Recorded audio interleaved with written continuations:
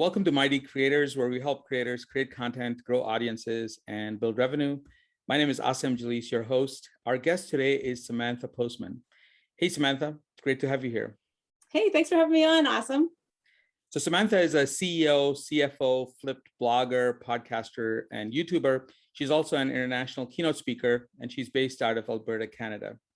So Samantha and I met in a writing class we were taking together called Ship 30 for 30 with Dickie and Cole. And one of the things that made me reach out to her was that during the videos of these lectures, she was continuously dropping these value bombs in the chat. So she was capturing the slides and then just sending it out as text. And I was intrigued by how she was doing that. And then in the conversation that followed, she told me about all these tools that she uses to capture notes. And so I just wanted to have her come here and share some of these tools with other creators. So Samantha, tell me about these note-taking tools that you use, but also like what inspired you to start using them. Well, I'll start with what inspired me to use them, because I'm really about trying to do the most that I can in my lifetime. We only have this small bit on the earth, and I want to make sure that I'm spending it doing the things that I love, and the things that I don't love, I'm minimizing those, so that gives me time to do things I love. I've always been a really efficient person. I'm actually originally a tax strategist / expert accountant by first trade, and that's what I spent most of my first career doing. So I'm definitely about efficiencies. And I didn't know that this was a gift for me until when I first started working with the tax firm that I was with. My first year, I was 23 years old or something like that, 23. And in 2.5 months, I did 942 tax returns in 2.5 months. And I apparently broke records across the whole country for this company. I did the most tax returns per hour per person in my first year. Never have done real tax returns before other than training. But then everyone was like, how are you doing it? And I was like, I just learned all the keyboard shortcuts. So, like F5 and F4 was switch spouses and F whatever, whereas everyone was clicking all over. It was a brand new system. They were just moving from paper over to electronics. And so that propelled me to always look for the shortcuts whenever possible, because when you can shortcut them, then you can just go so much faster. I mean, I was able to earn way more revenue, and I love doing taxes. So I got to do a lot more of what I loved instead of just the clicking. So when it comes to note-taking apps, I kind of use that same thinking. Whenever I can find an app, I will use it. Sometimes I pay for them because it's worth it. If I can cut my hours down, it more than pays for the $10 a month that I might be paying for an app. So I'll share some of the ones that I use that I think are I call them I can't live without apps. I would have a very hard time giving them up. I'll give up Starbucks before I give up these apps.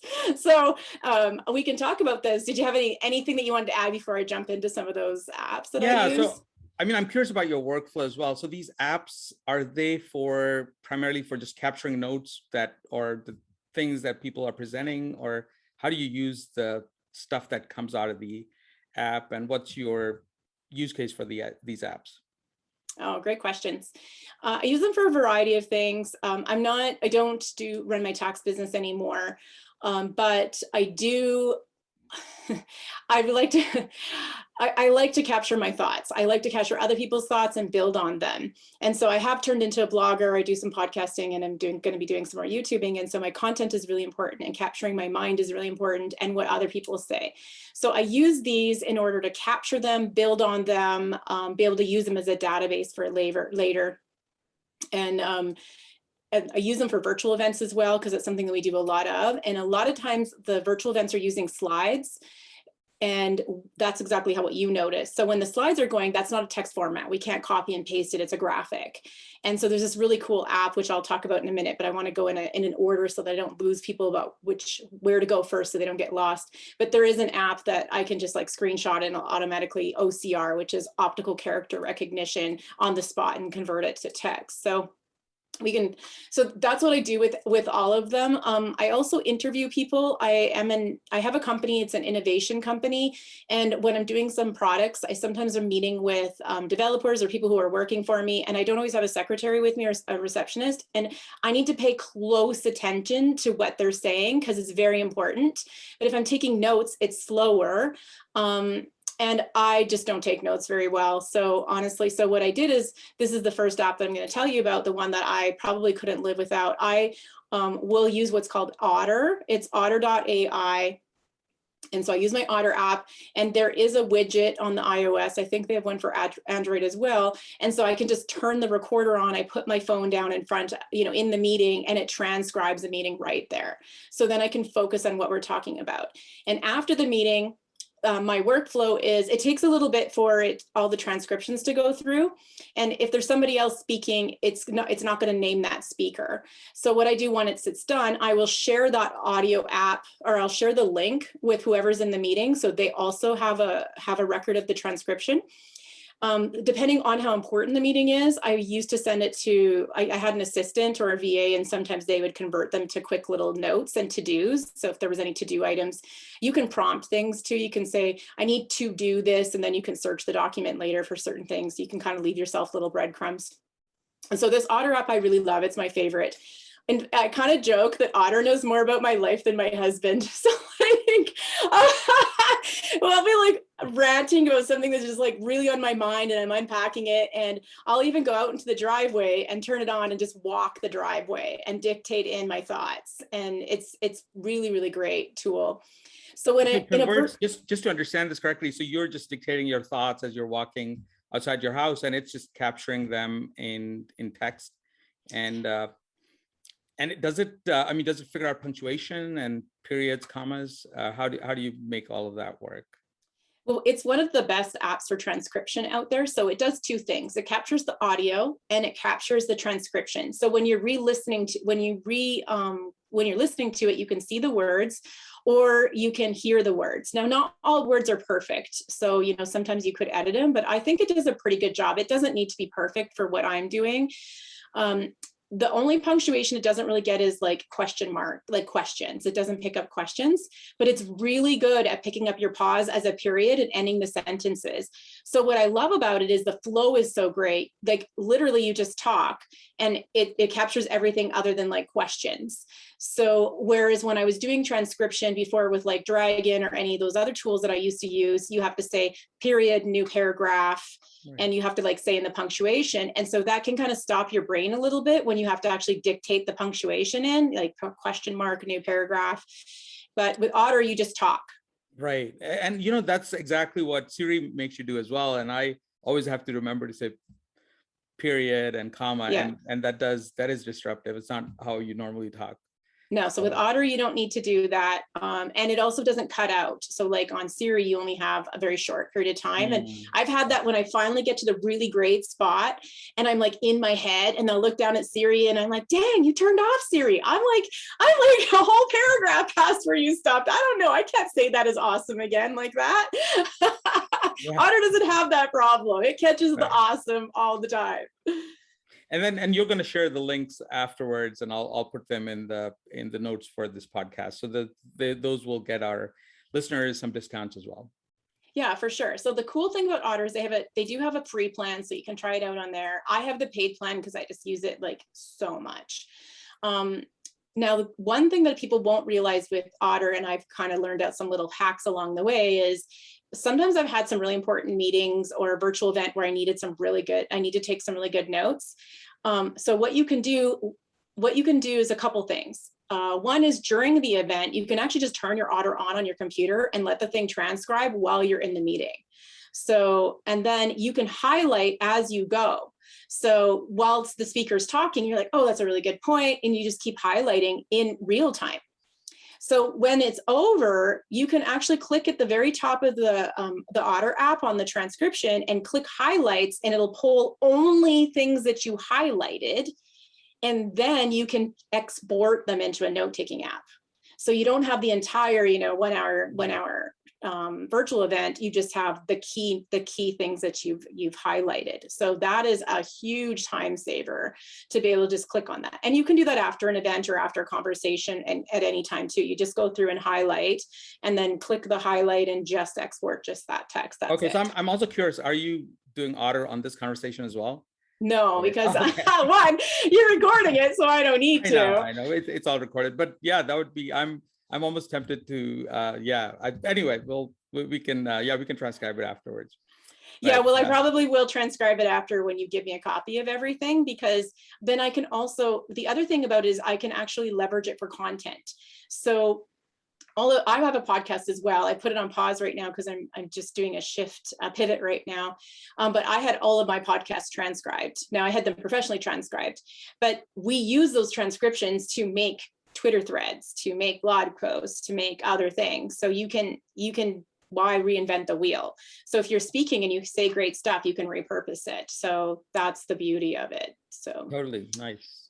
Yeah. So I will tell the Otter app. I mean, obviously, if you're recording people, you should tell them. In a virtual event where they're already recording, I don't say anything because they're already recording and you get a copy after. So in my mind, that's enough of a permission. Sure, yeah, no, it's always good to ask, right. But if you're just having a meeting with somebody, you should be letting them know that you're recording them. Right. So the other thing with Otter is you can create little folders for different categories as well and share those folders with team members. So if you do, which is really nice for sorting. It has a really good search thing too. So like if I'm doing something right now on networking, I'm building a little mini playbook for networking. And so I just literally type in networking in my Otter and it'll pull up any conversation that I've ever said the word networking. And because I teach these little tips all the time and they're kind of all the way throughout these different conversations that I have. So now I'm just pulling out little pieces of conversations and then moving them into my playbook. So yeah, no, I like that. And that way you're like, if I'm using Otter, then my grocery list can be separate from my work notes and I don't have to worry about figuring out what exactly to share with people. So that sounds like yeah, it works really great. Yeah, so that's Otter. There's another one called Revi, I think, and Temi, but I personally just like Otter, and they also have an integration. If you're up there, anyone's up here and really keen, you can use it for integration with Zoom and things too, but you have to also pay the Zoom fee for that. So there's quite a bit you can do. And also it has a calendar built in too. So anytime I have an event, it'll say, do you want to record this event if it's on my calendar? Nice. Okay, so that's a great tool for capturing any thoughts that you have or conversations. The other tool you mentioned was something about that captures that slides and OCR, does OCR on images. So yeah, so can you talk a bit more? Yeah, that's the one that got your attention, right? Yeah. That one's a serious time saver. I could do without that, but like I'm doing them in the order of I can't live without.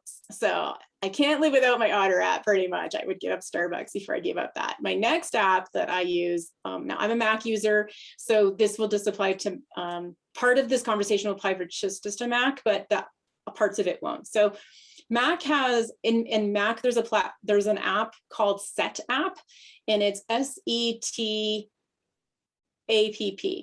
And it is one subscription that you pay per month, and then you get unlimited apps within their domain, whatever apps that they've got. And they're all apps that are available on the App Store. But within the $9.99, it's $9.99 per month US to put it on one Mac. If you want to put it on a Mac or two Macs, like a Mac and a desktop or a Mac and an iOS, they do have a few iOS ones, then it's like $12.49 a month. And it's less if you pay for the year. So I just pay a year at a time because it's like the cheapest thing ever. And so it's like a bundle that gets, yeah, it's a bundle. It's an unlimited bundle, and you get anything that's bundled inside. And there's like endless apps, and a lot of these apps are many of them are quite expensive or have monthly subscriptions, and you don't have to pay for those monthly subscriptions. Oh, so this is like a nice way of just getting a discount on a bunch of these apps together. Yeah, so I pay the $9.99 a month US, and I get like, I don't know, 100 of them. There's a lot. I'd have to go and look at the website to see how many, but it's unreal, and they're really good ones, like ones that you can't live without. So I would recommend getting Setapp if you're going to get these other apps, because you might as well just get Setapp and then you get access to the ones I'm about to tell you. So within Setapp, there are the one that you were talking about is called TextSniper. Okay.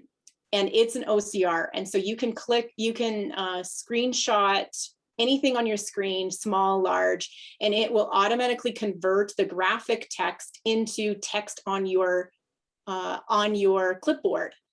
And you can tell it to like keep the breaks where they are or just be a continuous. So I always put mine on a continuous. So what you saw was when we were in a virtual event together, there was quite a few slides with really great tips in them.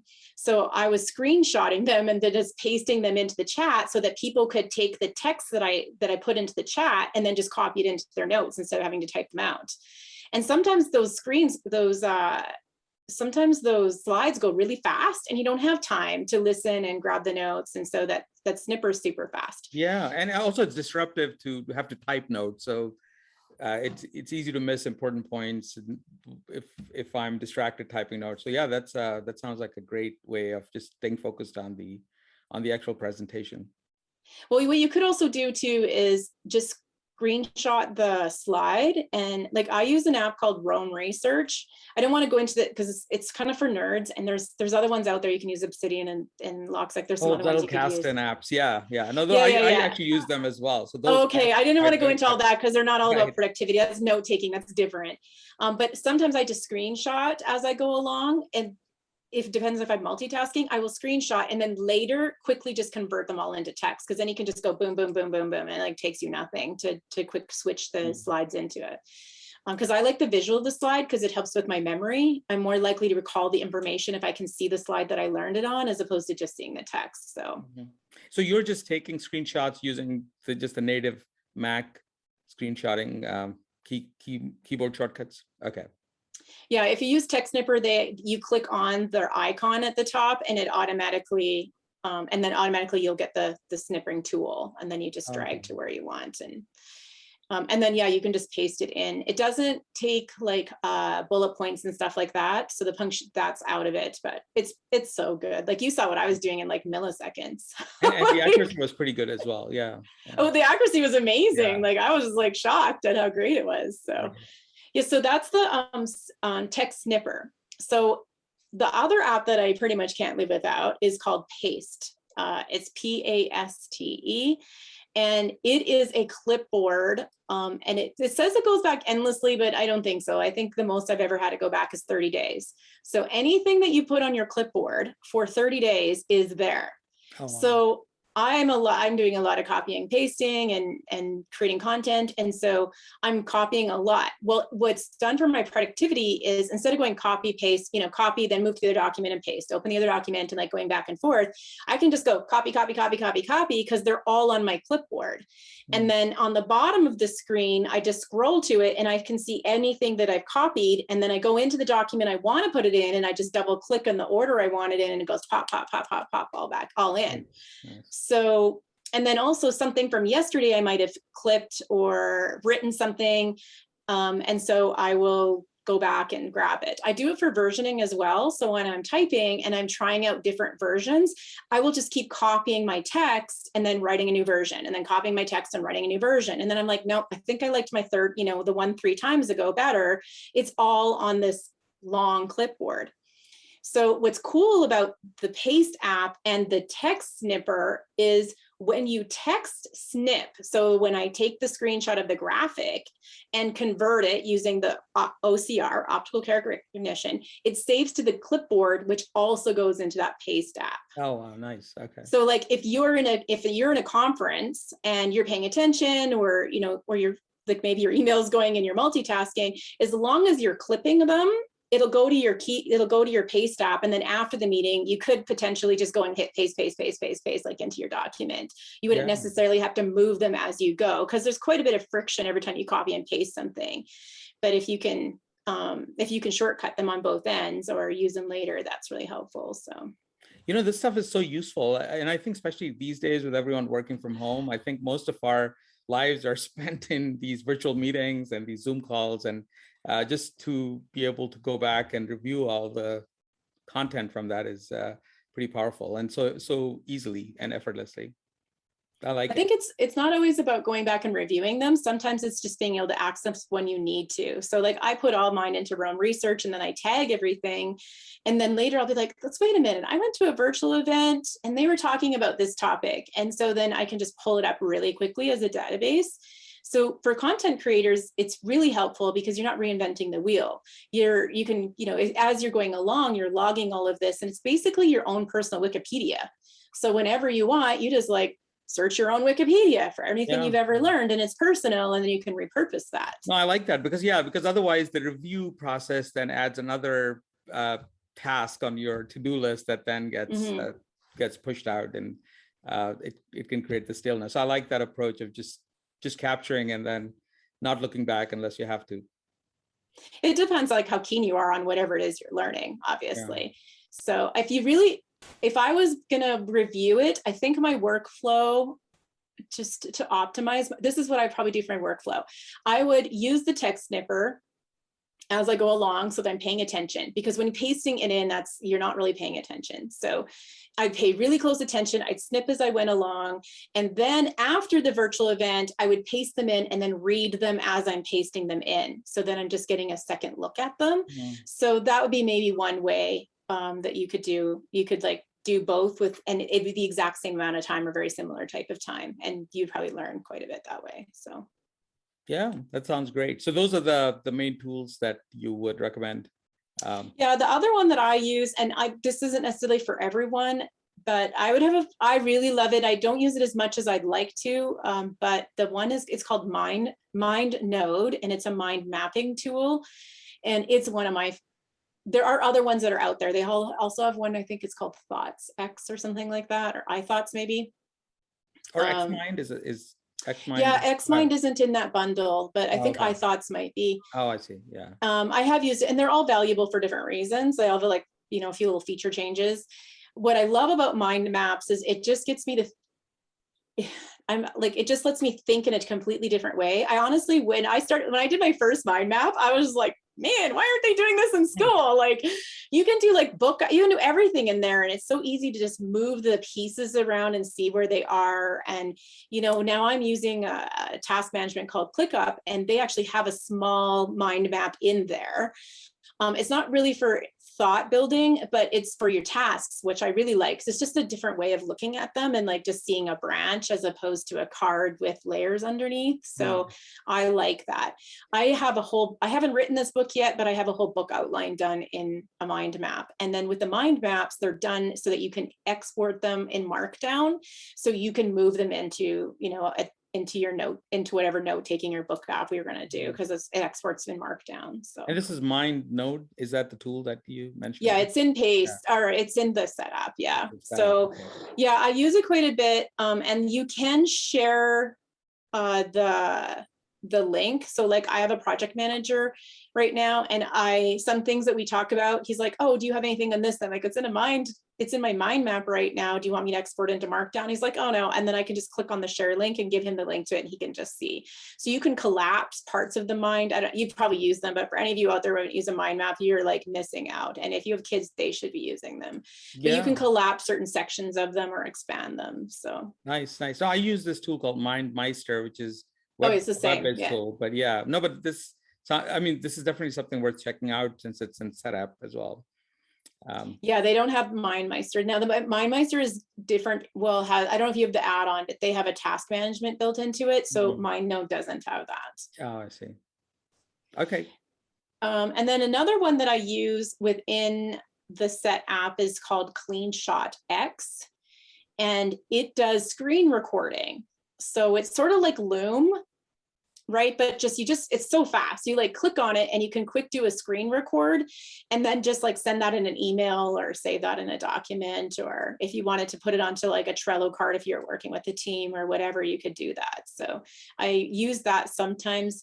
When I mostly use it, when I'm on Twitter Spaces and I'm doing it on the desktop and I'm co-hosting and I just want to get like a visual of the graph of the space, the Twitter space, then I will just do a little video record of just the corner of the screen with the space. So basically, it's like the same as, is that the same as like QuickTime screen recording, or is just but much simpler workflow? I think it's just a simpler workflow. Yeah, you can use Yeah. QuickTime, but then by the time I open it and everything else, I suppose I could use QuickTime. I don't know why I found the Cleanshot so quick and easy. QuickTime too, you got to export into a certain format, and it's like always too big, and the files are too big to send to people. And then I spend more time like changing the format than anything else. I know what you mean. Yeah, that's I mean, there's something to be said for fast, efficient workflows, so you don't spend all your time cleaning things up.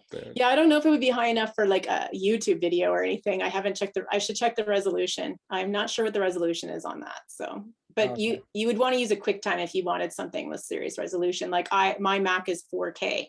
So if I wanted to post it on a YouTube, I'm going to be using QuickTime because it's going to get the optimal resolution, but those files are massive. So for most use, you don't need anything that big. Right. No, that sounds great for like quickly recording a sequence of steps or instructions for someone. Yeah. All right, great. Thanks, Samantha. It was great talking to you. Well, thanks for having me on, Asim. Thank you for listening to Mighty Creators. And if you enjoyed this interview, please subscribe.